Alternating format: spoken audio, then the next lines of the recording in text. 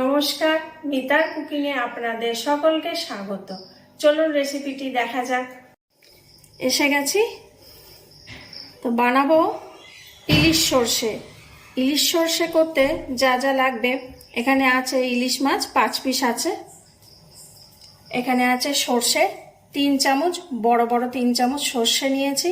সর্ষেটাকে আমি শিলপাটায় লবণ আর 3টে কাঁচা লঙ্কা দিয়ে বেটে নিয়েছি, যাতে সর্ষেটা তিতো না লাগে। আর দিয়ে আমি ছেঁকে নিয়েছি ভালো করে, কারণ সর্ষের যে ছিবড়াটা ওটা অনেকেরই সহ্য হয় না, এই জন্য আমি ফেলে দিয়েছি ছিবড়াটা। এখানে লাগবে সর্ষের তেল, এটা রাঁধতে গিয়ে সর্ষের তেল লাগে।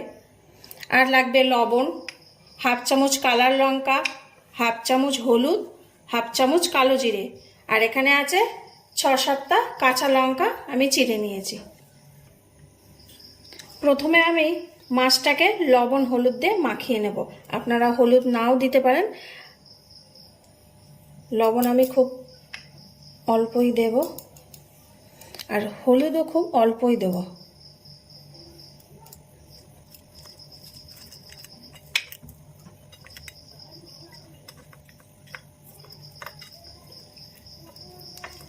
এটা লবণ হলুদ মাখিয়ে আমি 10 মিনিট রেখে দেব, তাহলে ভালো মতন লবণটা ভেতরে মাছের মধ্যে যাবে।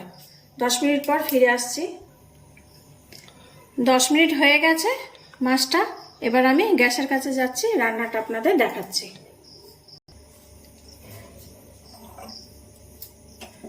কড়াই গরম আছে, এই রান্নাটা আমি সর্ষের তেলে রান্না করব। সর্ষের তেল দিয়ে দিলাম, আপনারা যেমন সর্ষের তেল খান সেই পরিমাণে দেবেন। আমি অন্তত 5 চামচ মতন দিয়ে দিয়েছি সর্ষের তেল। তেলটা গরম হলে আমি কালো জিরে ফোড়ন দেবো। আর এই মাছটা আমি কাঁচা রাখবো, আপনারা চাইলেন অল্প করে হালকা ভাজতেও পারেন। ইলিশ মাছ ভাজলে তো বেশি স্বাদ লাগে না, সেই জন্য কাঁচা রাঁধলে ভালো লাগে খেতে। তেলটা গরম হোক।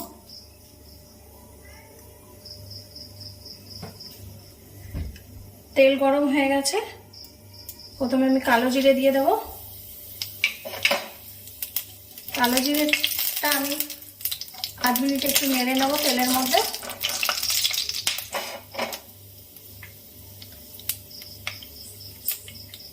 তারপর আমি 2টো কাঁচা লঙ্কা চেরা দিয়ে দেবো। কাঁচা লঙ্কা দিয়ে একটু সাইডে সরে যাবেন, এই কাঁচা লঙ্কা ফোটে চোখে মুখে ছিটে আসবে। এবার আমি গ্যাসের ফ্লেমটা একেবারে লো করে দেব। তারপরে আমি এর মধ্যে 1/2 চামচ কালার লঙ্কা দেব আর 1/2 চামচ হলুদ গুঁড়ো দেব, তাতে তরকারির রংটা খুব ভালো হয় ইলিশ মাছের। দিয়ে অল্প একটু জল দেব।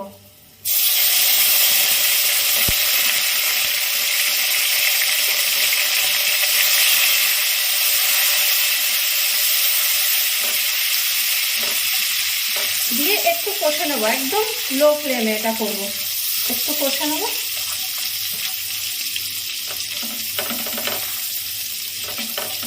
হলুদ গন্ধটা চলে গেলে আমি সর্ষে বাটাটা দিয়ে দেবো।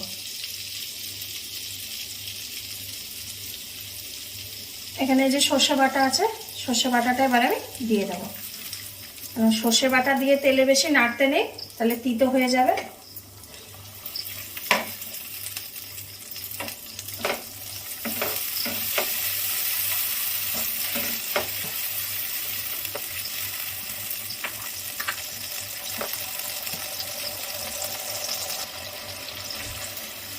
সর্ষে দিয়ে আপনারা লো ফ্লেমেই একটু নেড়ে দেবেন, 5 মিনিট নেড়ে তারপরে জল দেবেন।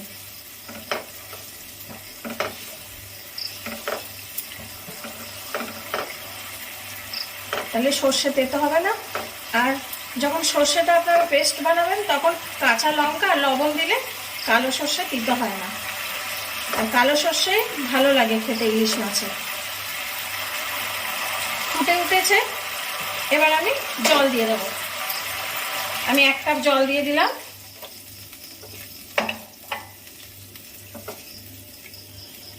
দেখছেন কালারটা কত সুন্দর হয়েছে।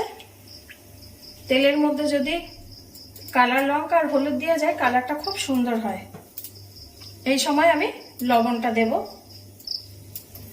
আমি এখন অল্প পরিমাণে 1/2 চামচ লবণ দিলাম, পরে লাগলে আমি দেখে তারপরে দেব। এই সময় কাঁচা লঙ্কা চেরাটাও দিয়ে দিলাম,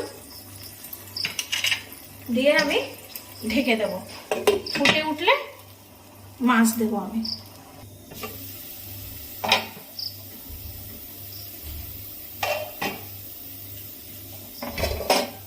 ঝোলটা ফুটে উঠেছে, এবার আমি মাছটা দিয়ে দেব।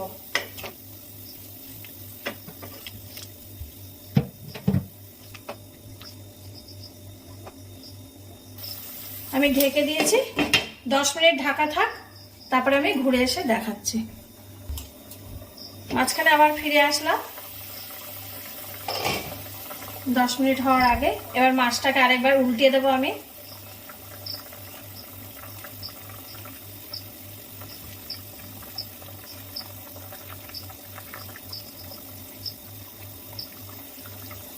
সব মাছ কটা উল্টিয়ে দিয়েছি।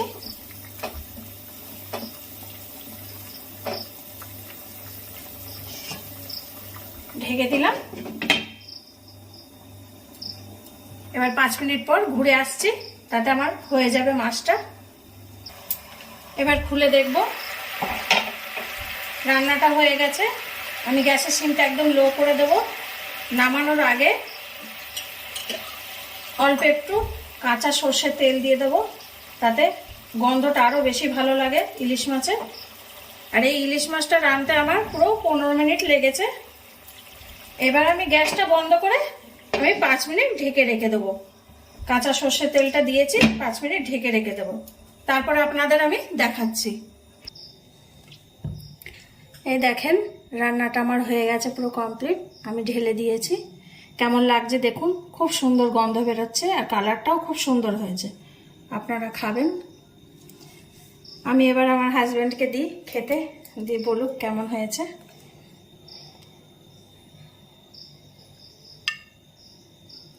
কি দেবো, এটা তো কাঁটা বাছতে হবে। তুমি এক কাজ করো, শুধু ঝোল দাও এখন।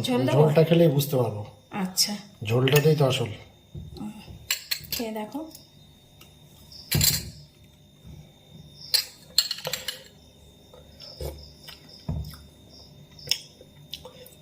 খুব ভালো হয়েছে, খুব সুন্দর হয়েছে।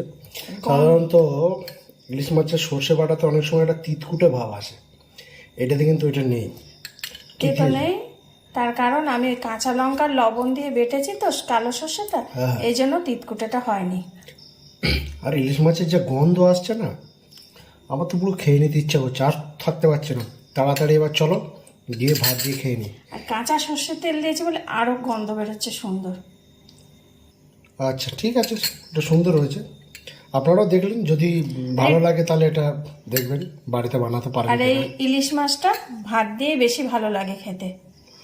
হ্যাঁ, ইলিশ সর্ষে ভাত দিয়েই খায়, এটা ভাত দিয়ে ভালো লাগে। হ্যাঁ হ্যাঁ, লাঞ্চে কিংবা ডিনারে যে কোনো সময় ভাতের সাথে খাওয়া যেতে পারে। হ্যাঁ।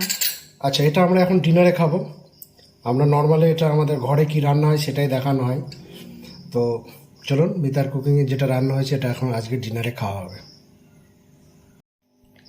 রেসিপিটি যদি ভালো লাগে তাহলে লাইক, কমেন্ট, শেয়ার এবং সাবস্ক্রাইব করবেন। আর রেসিপিটি যদি ভালো না লাগে তাহলে একটা ডিসলাইক দিয়ে কমেন্ট করে জানাবেন। সকলে ভালো থাকবেন, আসি তাহলে।